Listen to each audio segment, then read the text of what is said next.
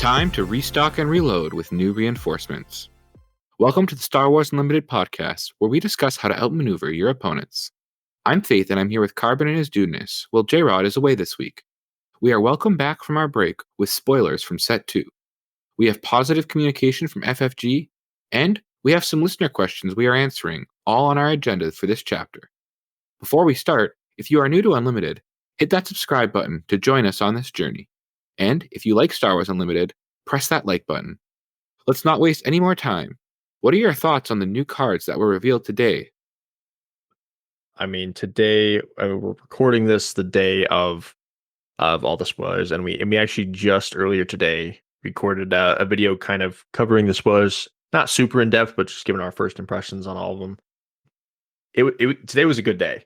I'll say that it was really cool. I don't think any of us were really expecting to get, like, what did we get, 10 cards, I believe, today, right? Like, I just kind of thought we'd maybe see a couple of cool cards, and it's set up for a spoiler season in the future. But yeah, we got some. They very important to note. They said this is not the start of the normal spoiler season.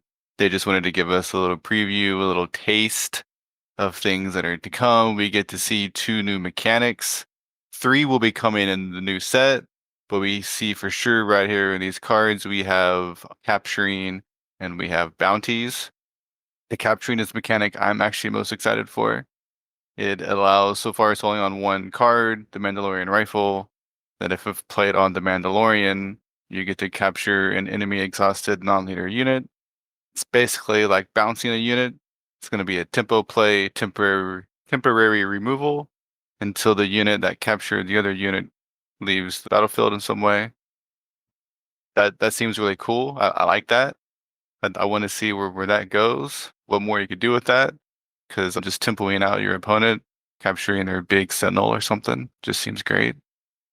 Yeah, the capture mechanic definitely seems to be very. It's weird because it feels like it's between control, but it's also more of like it's very tempo heavy, because if your guy gets defeated, then they get their unit back. We don't know the exact ruling on that just yet, but I believe it gets back with full health as well. It comes back, yeah. If you unit you capture loses all damage and all upgrades that were on the unit. Yeah, so it's very interesting, like, kind of blend between. I can see where control decks might want this, and I can also see where tempo decks would want this mechanic as well.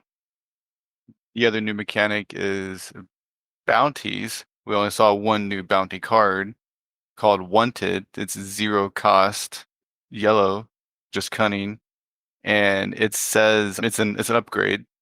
So you're attaching this to your opponent's unit, putting a bounty on them, and this particular bounty is when you defeat it, you get to ready up 2 resources.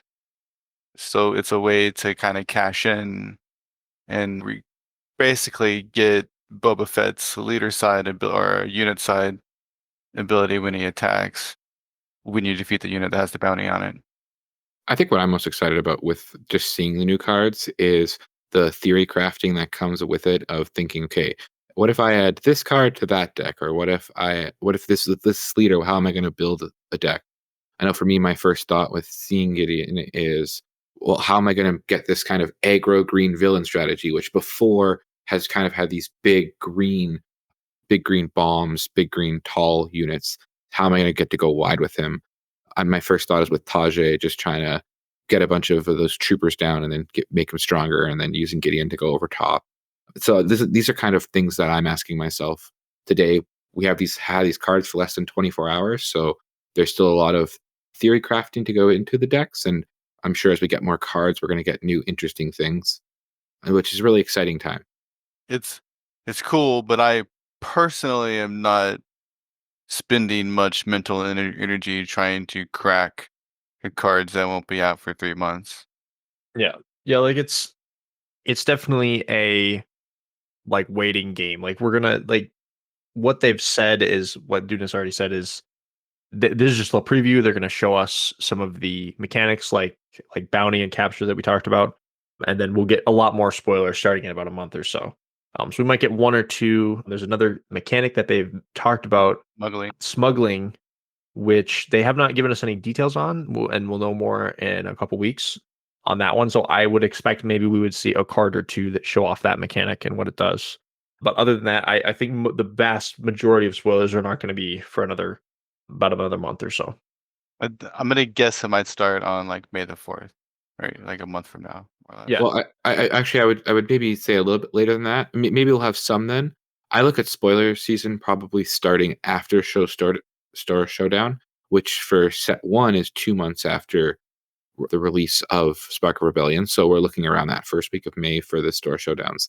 And then I could see after that we'll dive into 2 months before the set, which we did get a release date for set two, which is going to be July 12th, if I With remember correctly. pre-release on the 5th. Pre-release on the 5th. So that's very fun news because as of recording today, turning into the 4th of April, we are about 3 months away from the pre-release for set two. I'll be excited to play that pre-release with cards that I haven't already been playing with for months and months. So I'm definitely not going to go as hard into playing with the new cards as I did leading into set one because there were no cards to play with at all, right?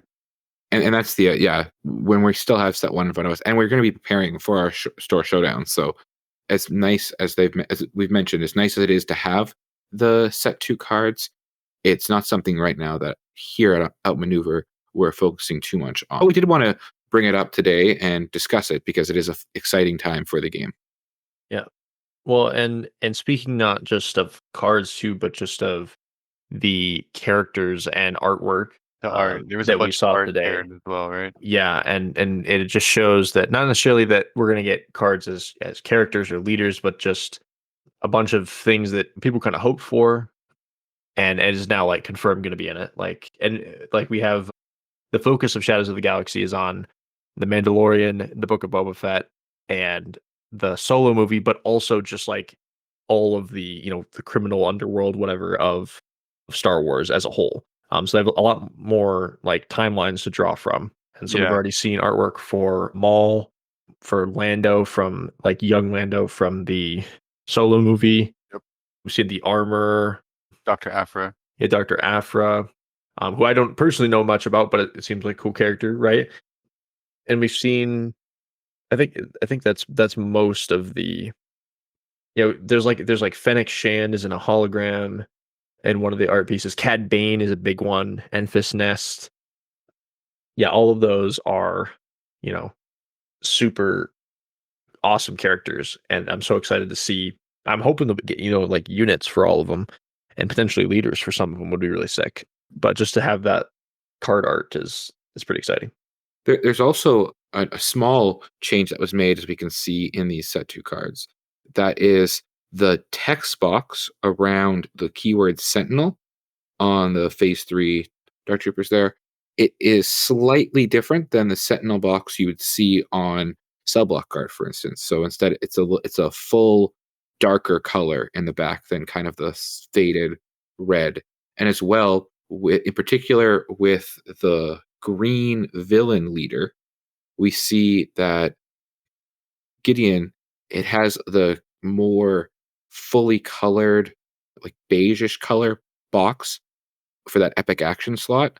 Where if you look at Tarkin or Emperor Palpatine, they have a slightly more bluish box. So it just kind of looks a little bit nicer from what I saw. Yeah, it looks like they've just switched to.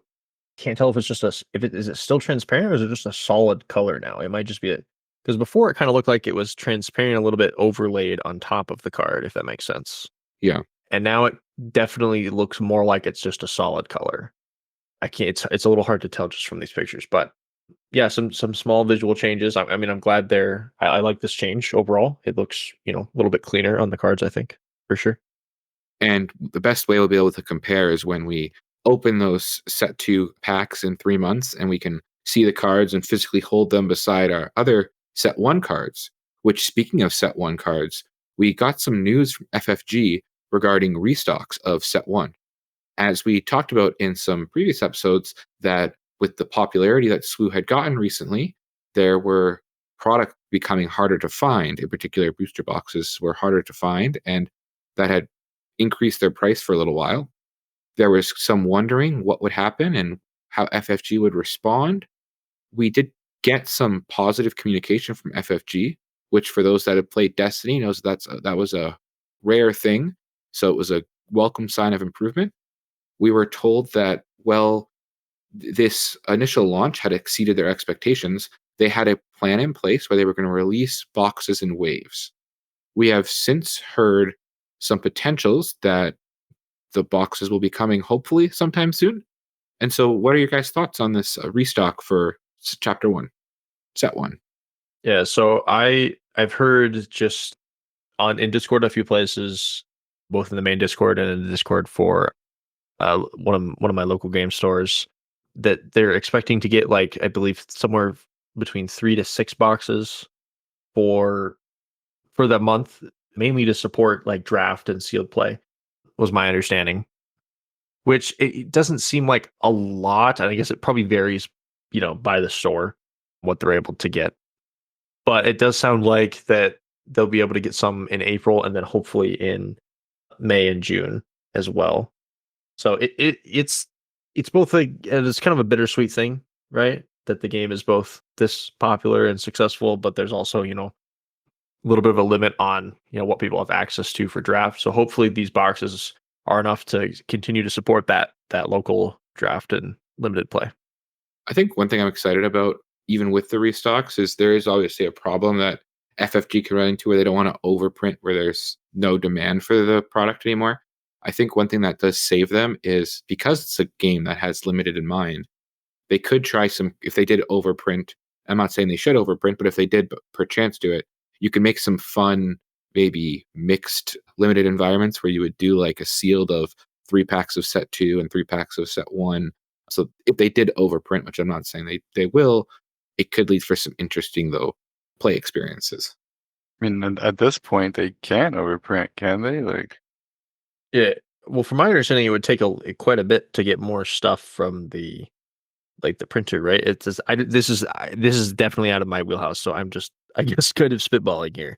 So I mean, you guys would know more about it than me. For sure. Yes, they can't just print. They can't just press a button and there'd be a million pallets of the game. It does take them time, and they are going to be in the process. Either they're starting the process, they're in the process, or they're ending the process of printing set two already. So there's only so much space for that printer to run. So we'll have to see how it all plays out. FFG does have experience with running multiple games, and so let's just hope that they can continue this positive energy that they've gotten. 3 box is a little on the lighter side, though. Like 3 boxes only supports 3 total drafts if there's not even price support Of 8 people. of 8 people Yeah. creative, 3 8 people pods. So that is a little rough, like I was saying, and hopefully, well, it'll depend on the store, but at least this one store, it looks like is planning on just not selling those and is reserving them for exclusively for limited play, which I think Right. that's I like that idea a Which lot. is cool. Yes, that's Yeah. kudos to the store. That's great. Love that. I'm pretty sure my local store here is going to do that when they get their boxes in. They'll most likely just keep it for a draft.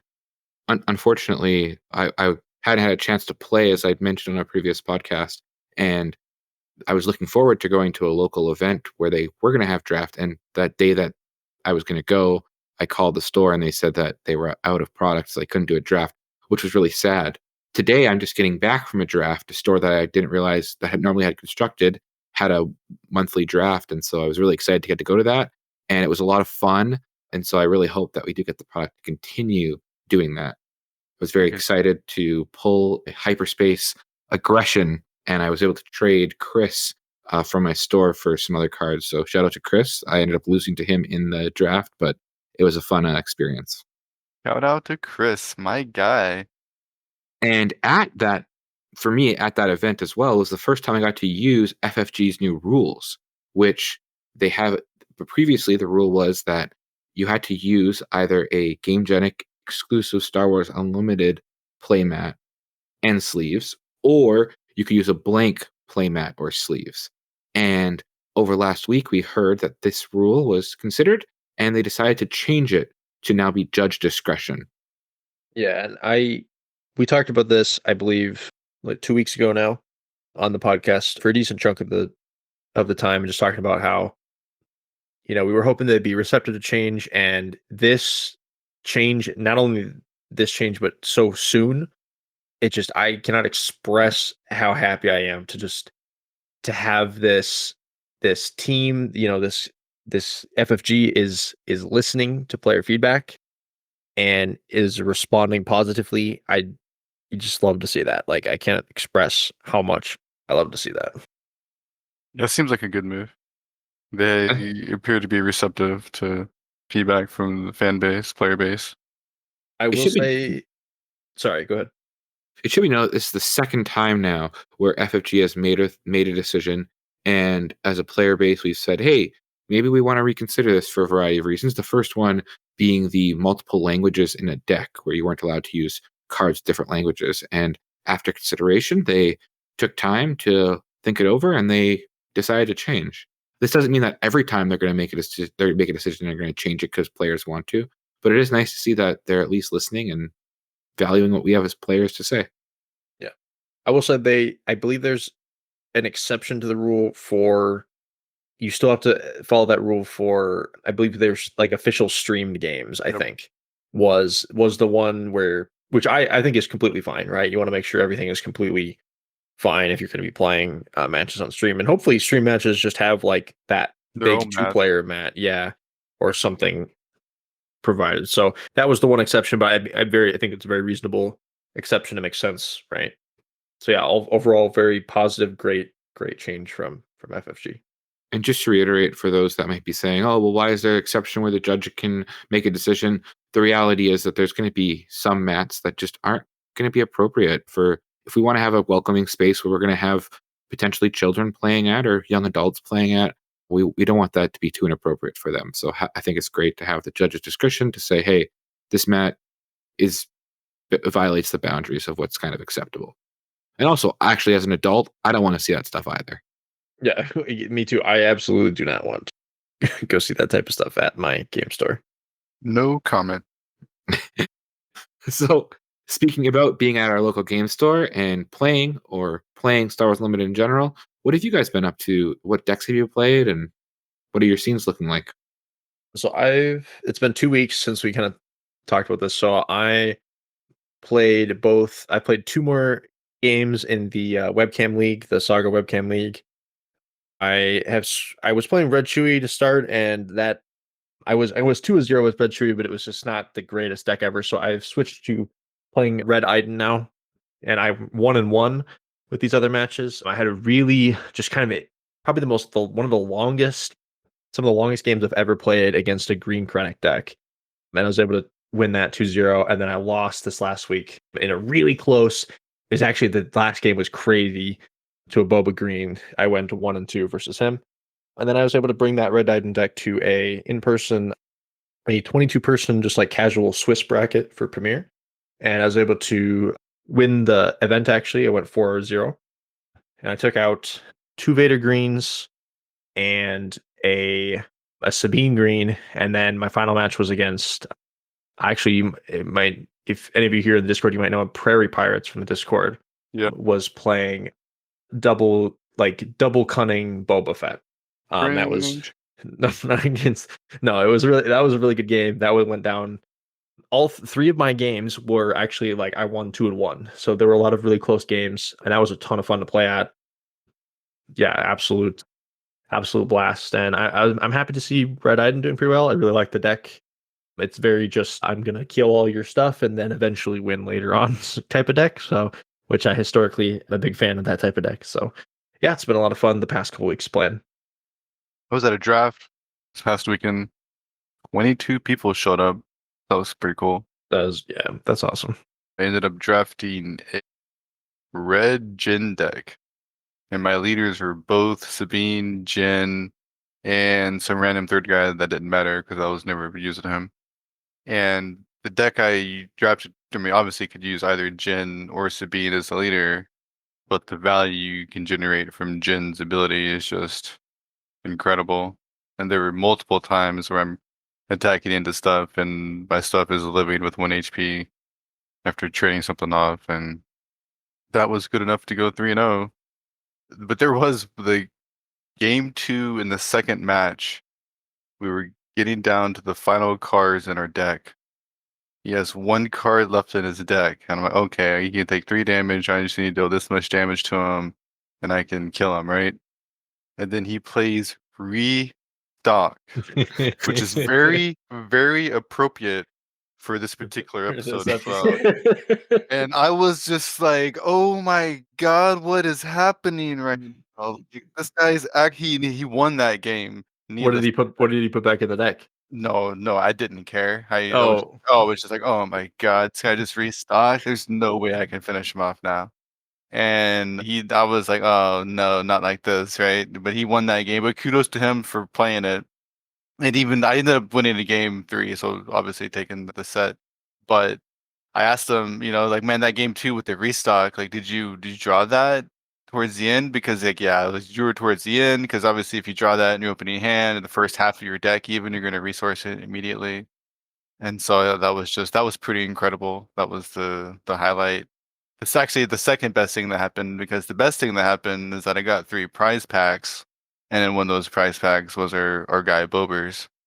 So that was the definitely legendary unit. To clarify. legendary unit Bobers. So Really that was nice. Yeah. Well done. $15 well spent for that draft for sure. I guess it was As 20 I, actually. It was 20. It was 20 for the as I mentioned earlier, I was able to go to a draft today that I just got back from, and I'm still on a high from picking a hyperfoil aggression. And as I was drafting, I was looking between my leaders of IG, Krennic, and Chewbacca, and the cards kind of were passing to me. And I like Chewbacca as I think he's an interesting leader. So I kind of started building towards him, and I was stuck between going cunning with him or command with him. And I ended up, when I drafted all my cards, found out that I only had 23 in aspect cards. And so I had to run 7 off aspect cards, which was a lot. But didn't have much hope didn't think I was going to do well, but I just shuffled out the deck and started to play, and things kind of came together. I did get to go 2-1. Both of my wins, though, I did play Overwhelming Barrage off aspect, and it was really good. It's That was really one good of with the straight. Yeah.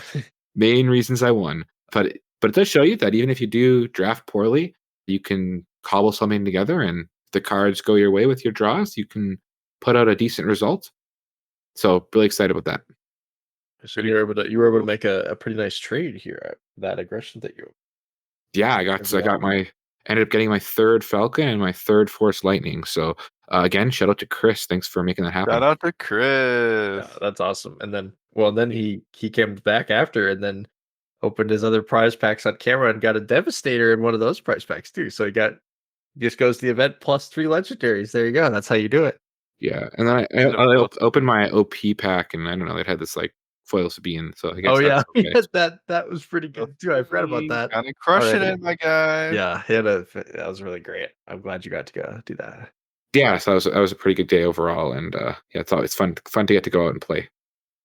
Oh, I also want to shout out the 2 guys at the Source in Rockville, Minnesota, who recognized me. So if any of you guys recognize us at your game stores, please come by and say hi. We love to chat it up.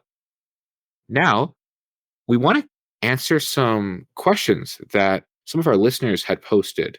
If you're interested in having some questions answered by us on the podcast, you can join our Discord, Outmaneuver, and we have a little tab there, a little channel where you can ask us some questions, and we will try to incorporate you into our episode. Yeah, this is just a new segment we're doing. We're going to try and answer 1 or 2 per week. The link will be in the description for a Discord.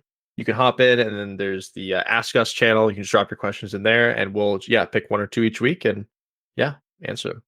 So Yeah. to start us off, we're going to go with Lore SWU, and he asked this question: what we thought our most overrated and underrated cards were in Spark of Rebellion. Where do we want to start? We start underrated or start overrated here? Because I definitely have a few in mind for both. Let's be spicy and start with what card do we think is overrated? Overrated. Okay.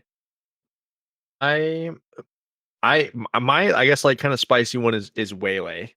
The card is very good. I won't deny that the card is good, but I think it's a lot better in Boba because you can get a resource back with it, and it's just too slow for these, like some of these mid-range decks that it's not real removal. right? It just puts it back in your hand. So now again, the card is very good, and it's this, but I just think it's much more overrated than like it's much worse. It's worse than people think it is. Essentially, is my take on it. And then it's not an auto include in every yellow deck for sure. Yeah. You know what I think is the most overrated card? Steadfast Battalion. Yeah. I mean, That yeah. card is only good because ECO is straight busted. Yeah. Like without I do agree there. ECO, that card is Yeah. actual dog water. I don't think that card would see outside of draft. I don't think it would see any constructed play if energy conversion lab was not a base that existed. But because of that alone, it just sees play in, I think, like 3 or 4, like, and pretty much all the top decks are playing that to be able to have a chance to one shot the opponent's leader and do a bunch of damage to the base with it. So It's both great if you're playing Boba Fett and you can one shot one of their leaders. It's also good if you're playing against Boba Fett because it can one shot Boba Fett. yeah. So it's a double edged sword, that's for sure. And in one of the recent FFG streams, they talked about, I think it was Tyler talked about how when he looked at the cycle of cards that all did a bonus if you had the leader, he thought that Steadfast Battalion was the worst of them.